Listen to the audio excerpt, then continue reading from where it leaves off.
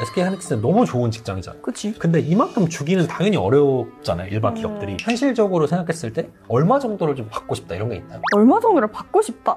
이거는 나오면 나올수록 좋은 거니까. 다다익선이다? 그치. 그럼 성과를 받았어. 응. 회사가 어려워. 응. 감봉 가능해? 아니? 아니. 성과급을 오늘은 조금 새로운 주제를 가지고 한번 와봤는데요. 머니비스트라는 채널의 특성에 맞게 조금 돈과 관련한 이야기를 좀 해보려고 합니다. 일단 반갑습니다. 아, 네.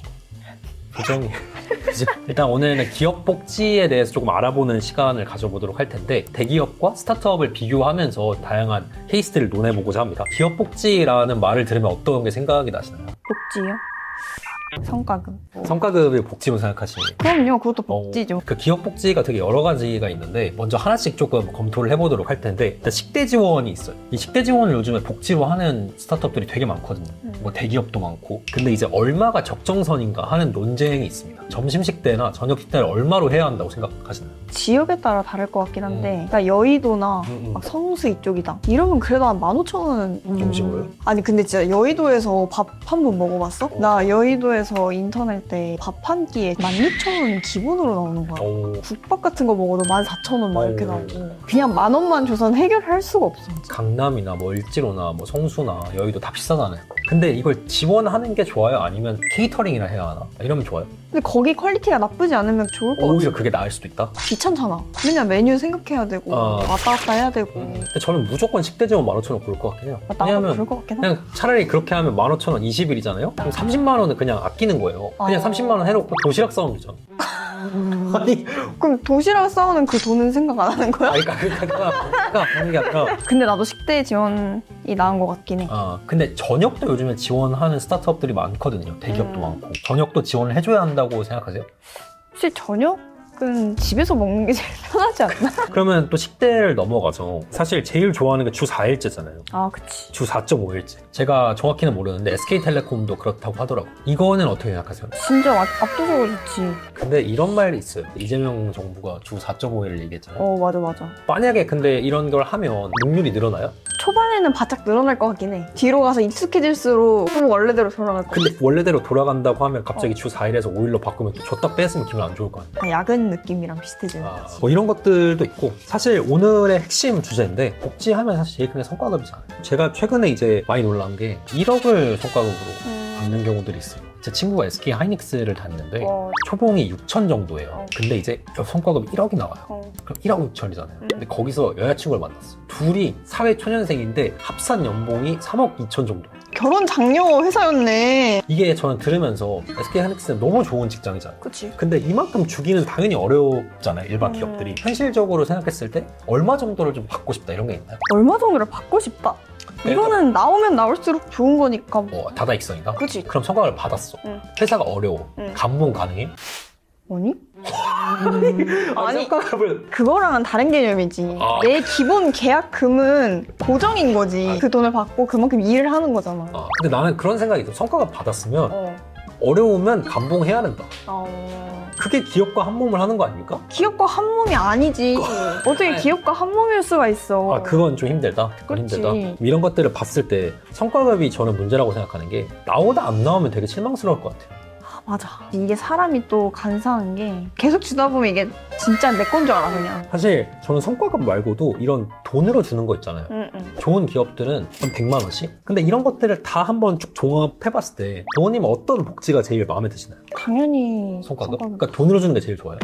근데 그 돈 많이 받으면 뭐 했을 건데? 나중에 내 노후를 조금 더 편안하게 해주겠지. 노후 준비를? 내 자식과. 저도 뭐 성과급이라는 건 동의하는데, 만약에 굳이 하루를 고를 수 있으면 재택근무도 좋을 것 같아요. 근데 재택은 문제가 뭔가 악용할 요지가 진짜 다분하지 않나. 그리고 사실 악용도 악용이고 회사에 대한 마인드도 살짝 조금 줄어들 것 같아. 그 실리콘밸리 아시죠? 그런 난리난 개발자가 있었어요. 재택으로 17곳을 다녔어요. 그 재택은 그게 가능하잖아요. 모르잖아요. 알 수가 없어. 근데 실리콘밸리 연봉이 세잖아요. 3년인가 다녔다는데 2, 3억씩 받는 거 치면은 연에 50억을 받았어요. 와 진짜 대단하다. 그거는 나는 반의 자격이 있다 생각해. 몰랐던 거잖아. 그 정도로 다 일을 하긴 했다는 거니까. 그러니까 근데 이런 복지에 대한 이야기들을 좀 나눠봤는데 이 필요성에 대해서 이런 것들이 있으면 근로 의지가 늘어나나요? 근로 의지가 늘어난다기보다는 회사 입장에서 더 좋은 직원을 뽑을 수 있는 요소가 되는 거지. 그러니까 오히려 이 들어오는 건 좋고 그치. 있을 때 더 열심히 하는 건 어렵다. 어. 그러니까 이게 참 어려운 부분인 것 같아요. 이런 성과급도 그렇고 뭐 다른 복지들도 그렇고. 근데 이제 이런 것들을 얘기할 때 필연적으로 나올 수밖에 없는 게 스타트업하고 대기업은 비교할 수밖에 없어요.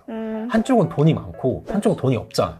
본인은 워라밸이 존재하는 대기업에 빵빵한 복지, 바쁘지만 성장할 수 있고 보상이 오히려 있는 스타트업을 하면 어떤 걸 선택하나요? 의외로 스타트업이 돈은 더 셀 수 있어요. 근데 그건 진짜 의외로잖아. 아니 의외로가 아니라 근데 생각보다 센 것들이 꽤 있어요. 꽤인 거야. 그 수많은 스타트업 중에 그 꽤 들어가기가 정말 어렵잖아. 대기업에 들어가기 어려운 것처럼 없잖아. SK에 들어가는 것만큼 무신사에 들어가는 것도 어려우니까. 그래, 그 성공한 스타트업도 사실상 들어가기가 어려워. 나는 대기업에 잘릴 수도 있고 물론 뭐 그럴 수도 있지만 그 안정성이 주는 게 있다고 생각해. 저는 이 둘 중에 고르면 스타트업을 고르긴 했거든요. 근데 그게 제가 스타트업의 제일 큰 문제점이 이 말로 속이는 걸 그만해야 돼. 비전을 제시하고.